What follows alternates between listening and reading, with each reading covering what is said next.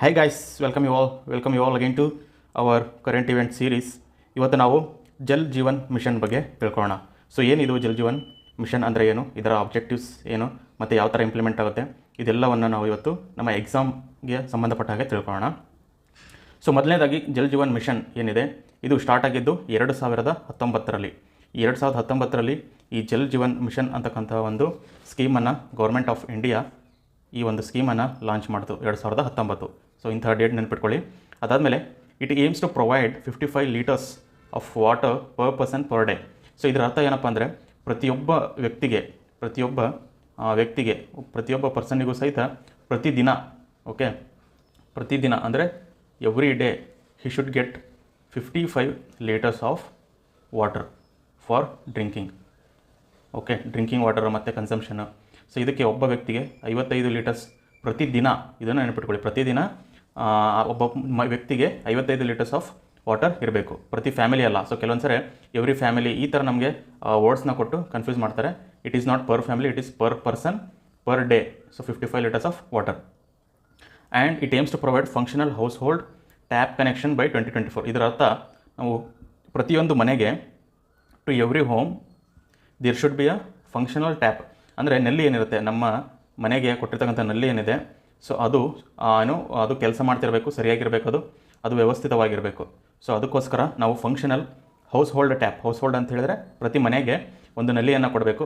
ಅದು ಫಂಕ್ಷನ್ ಮಾಡ್ತಾ ಇರಬೇಕು, ಇಟ್ ಶುಡ್ ಬಿ ಕೆಲಸ ಮಾಡ್ತಾ ಇರಬೇಕು. ಸೊ ಅದಕ್ಕೆ ನಾವು functional household tap connection ಅಂತ ಹೇಳ್ತೀವಿ. So that is by 2024.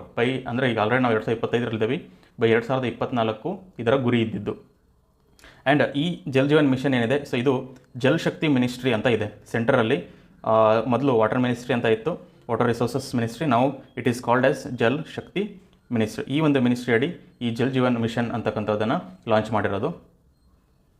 So then will look into what are the aims and objectives of Jal Jeevan mission. ಈ ಒಂದು ಜಲ್ ಜೀವನ್ ಮಿಷನ್ ಇದರ ಗುರಿ ಏನು ಅಂತಕ್ಕಂಥದ್ದು ನೋಡೋಣ.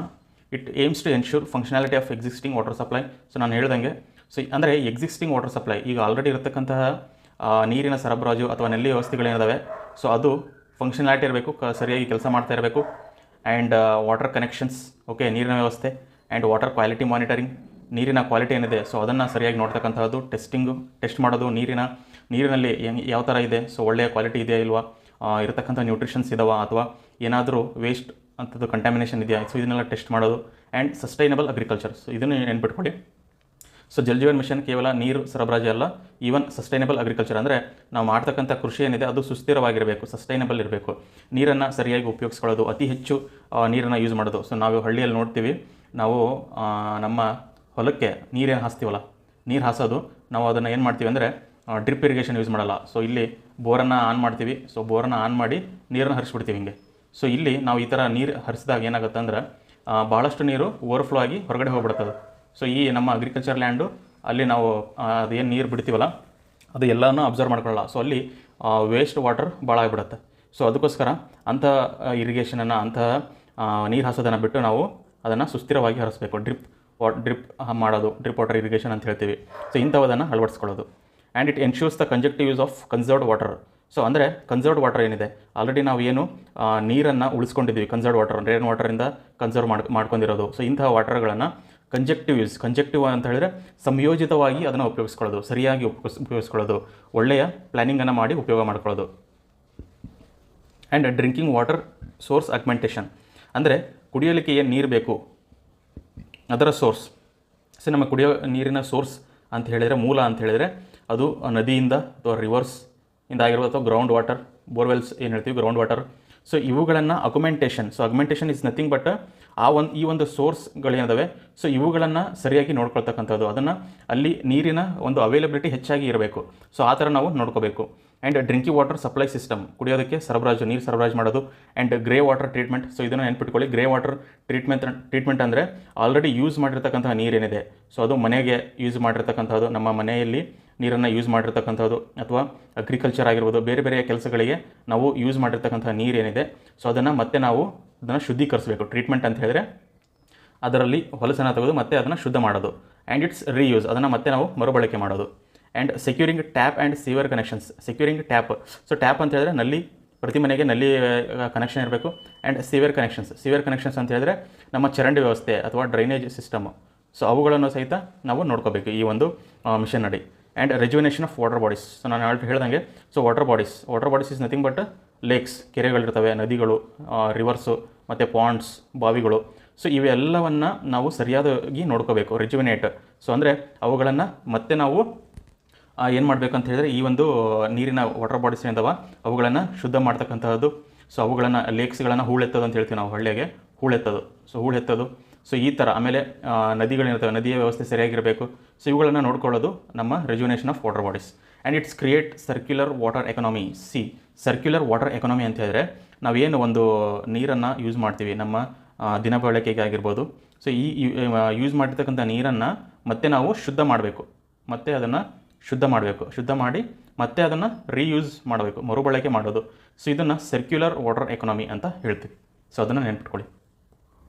So coming to the next aspect, that is features. What are the features of JJM ಅಥವಾ Jal Jeevan mission? So the Jal Jeevan ಮಿಷನ್ನ features ಹೇಳಿದ್ರೆ, integrated demand and supply side management of water at the local level. So ನಮ್ಮ local level ಅಂತ ಹೇಳಿದ್ರೆ ಹಳ್ಳಿಯ ಲೆವೆಲಲ್ಲಿ ಅಥವಾ ಗ್ರಾಮ ಪಂಚಾಯತ್ ಲೆವೆಲಲ್ಲಿ. ಸೊ ನಮ್ಮ ಗ್ರಾಮ ಪಂಚಾಯತ್ ಲೆವೆಲಲ್ಲಿ ಏನು ಮಾಡೋದು ಅಂತ ಹೇಳಿದ್ರೆ, demand and supply side demand ಅಂತ ಹೇಳಿದ್ರೆ ಬೇಡಿಕೆ ಏನಿದೆ, ಡಿಮ್ಯಾಂಡ್ ಅಂದರೆ ಜನಗಳಿಗೆ ಬೇಕಾಗಿರ್ತಕ್ಕಂತಹ ನೀರು, ಓಕೆ, ಮತ್ತು ಸರಬರಾಜು ಮಾಡೋದು. ಸೊ ಇವೆರಡನ್ನು ನಾವು ಒಟ್ಟಿಗೆ ಮ್ಯಾನೇಜ್ ಮಾಡಬೇಕು. ಇಂಟಿಗ್ರೇಟೆಡ್ ಮ್ಯಾನೇಜ್ಮೆಂಟ್ ಅಂತ ಹೇಳ್ತೀವಿ. Integrated management of demand and supply side management of water at the local level. ಇದನ್ನು ನೆನ್ಪಿಟ್ಕೊಳ್ಳಿ. ಕೆಲವೊಂದು ಸರಿ ನಮಗೆ ಸ್ಟೇಟ್ ಲೆವೆಲ್ಲು, ಆಮೇಲೆ ಸೆಂಟ್ರಲ್ ಲೆವೆಲ್ಲು ಈ ಥರ ಕೊಟ್ಟು ಕನ್ಫ್ಯೂಸ್ ಮಾಡ್ತಾರೆ. So it should be at the local level. ಆಮೇಲೆ ಲೋಕಲ್ ಇನ್ಫ್ರಾಸ್ಟ್ರಕ್ಚರ್.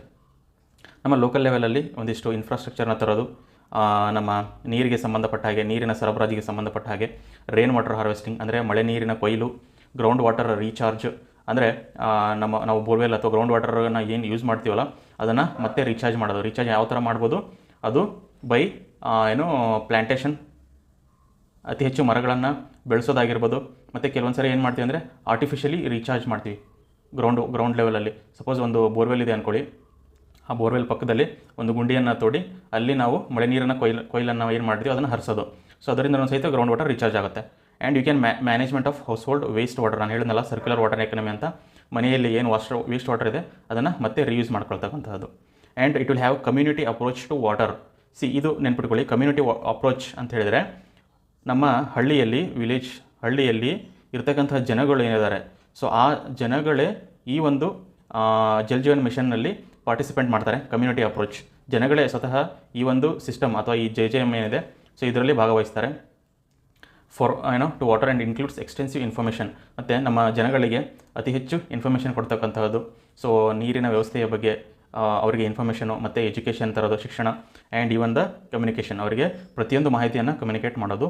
ಸೊ ಈ ಒಂದು ಜಲ್ ಜೀವನ್ ಮಿಷನ್ನ ಫೀಚರ್ಸ್ ಆಗಿರುತ್ತೆ. So then you will come to the implementation level.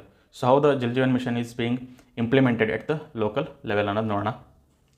So ಮೊದಲನೇದಾಗಿ ಪಾನಿ ಸಮಿತೀಸ್ ಅಂತೇಳಿ ಮಾಡ್ತಾರೆ. ಈ JJMಗೆ ಪಾನಿ ಸಮಿತೀಸ್ ಅಂಥೇಳಿ ಒಂದು ಸಮಿತಿಯನ್ನು ಮಾಡ್ತಾರೆ. ಆ ಸಮಿತಿಯಲ್ಲಿ ಅಂದರೆ that is at the local level, ನಮ್ಮ ಗ್ರಾಮ ಪಂಚಾಯತ್ ಲೆವೆಲಲ್ಲಿ ಒಂದು ಸಮಿತಿಯನ್ನು ಮಾಡ್ತಾರೆ. ಈ ಸಮಿತಿ ಏನಿದೆ it will plan, implement, manage, operate and maintain. So ಈ ಸಮಿತಿ ಎಂಟೈರ್ ಇಂಪ್ಲಿಮೆಂಟೇಷನ್ನ ಒಂದು ಜವಾಬ್ದಾರಿ ಇರುತ್ತೆ. ಸೊ ಅವರು ಪ್ಲ್ಯಾನಿಂಗ್ ಮಾಡ್ತಾರೆ, ಓಕೆ, ಅದನ್ನು ಇಂಪ್ಲಿಮೆಂಟ್ ಕೂಡ ಮಾಡ್ತಾರೆ. And they will manage it and they will operate it and they will maintain it. So ಈ ಒಂದು ಪಾನಿ ಸಮಿತಿ ಏನಿದೆ ಇದರಲ್ಲಿ 10 ರಿಂದ 15 ಜನ, 10 to 15 ಮೆಂಬರ್ಸ್ ಇರ್ತಾರೆ, ವಿತ್ ಅಟ್ಲೀಸ್ಟ್ 50% ವುಮನ್. ಇದನ್ನು ನೆನ್ಪಿಟ್ಕೊಳ್ಳಿ. ಸೊ ಅತಿ ಕಡಿಮೆ ಅಂದ್ರೂ 50% ವುಮನ್ ಇರಲೇಬೇಕು. 10 ರಿಂದ 15, ಸಪೋಸ್ 10 ಜನ ಇದ್ದರೆ ಅದರಲ್ಲಿ 5 ಜನ ನಮ್ಮ ವುಮನ್ ಇರಲೇಬೇಕು.